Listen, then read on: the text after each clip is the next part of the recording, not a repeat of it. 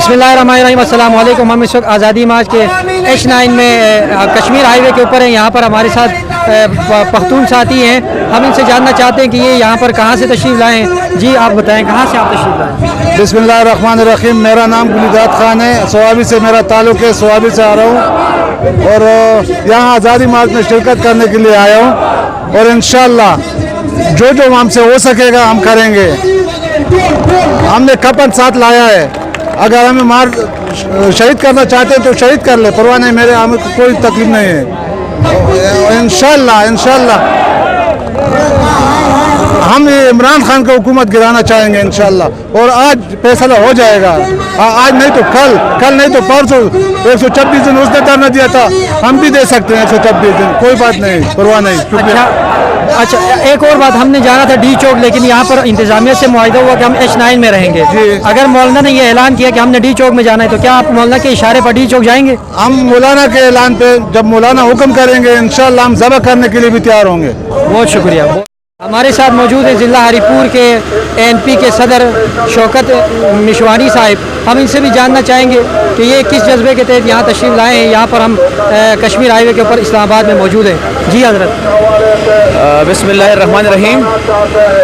जिस तरह के मौलाना साहब ने आज़ादी मार्च का ऐलान किया था, तो हमारे मशर असफंदियार वली ख़ान ने 3 पॉइंट्स पे ऐलान किया था। सबसे पहले तो ये था कि अगर 27 तारीख़ को जब ये मार्च शुरू होगा और किसी भी जगह है पाकिस्तान में अगर मौलाना साहब के कारकुनों पे तशद्दुद किया गया, तो अवामी नेशनल पार्टी उसी दिन ही निकल के पूरे सूबे को भी जाम करेगी और उनसे आगे फिर लगेगी। दूसरा ऐलान उन्होंने ये किया था कि अगर मौलाना साहब को गिरफ़्तार किया गया तो फिर मैं जमीयत वाले और अपने तमाम साथियों की मौलाना साहब की जगह पे मैं लीड करूँगा, जिसकी वजह से हुकूमत में इतनी हिम्मत नहीं थी कि ना मौलाना साहब को गिरफ़्तार कर सके और ना ही आज हमारे काफ़िले को रोक सके। तो हमारे मशर इंशाल्लाह यहाँ पर आए हैं, उन्होंने बात भी की है और उन्होंने कहा था कि जिस मकसद के लिए आज ये उसको धरना नहीं, कि धरना एक बहुत बदनाम चीज़ है जो यहाँ पर ये मार्च किया जा रहा है, तो इंशाल्लाह इसके जो मकासद हैं, जो सेलेक्टेड ये हुकूमत है, तो ये एक सियासी मार्च नहीं, आज एक अवामी मार्च बन गया है। आज जो अवाम की जितनी तादाद इसमें आ रही है तो वो जितनी है, अगर आप देखें, मैं हरीपुर से हूँ, हज़ारों से जितना बड़ा जुलूस आया, कभी तारीख़ में इतना बड़ा जुलूस किसी भी पार्टी किसी मार्च में नहीं आया।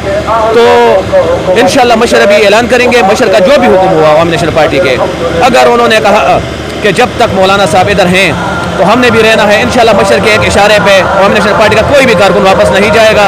और अगर जो भी हुक्म मशर का हुआ और अगर खुदा न खास्ता इनके पे किसी भी किस्म का तशद्दुद या वो हुआ तो अवामी नेशनल पार्टी इंशाल्लाह इनसे आगे होगी। अल्लाह के हुक्म से बहुत बहुत शुक्रिया। हमारे साथ एक ANP के जियाले मौजूद है, हम इनसे भी जानना चाहेंगे कि ये कहाँ से तशरीफ़ लाए हैं और इनका क्या मकसद है। जी अऊज़ु बिल्लाहि मिनश शैतानिर रजीम, बिस्मिल्लाहिर्रहमानिर्रहीम। हम मर्दान से आए हुए हैं, नाम मेरा मियां फिदा उमर है, अवामी नेशनल पार्टी का अदना कारकुन हूँ और अल्हम्दुलिल्लाह मुसलमान हूँ।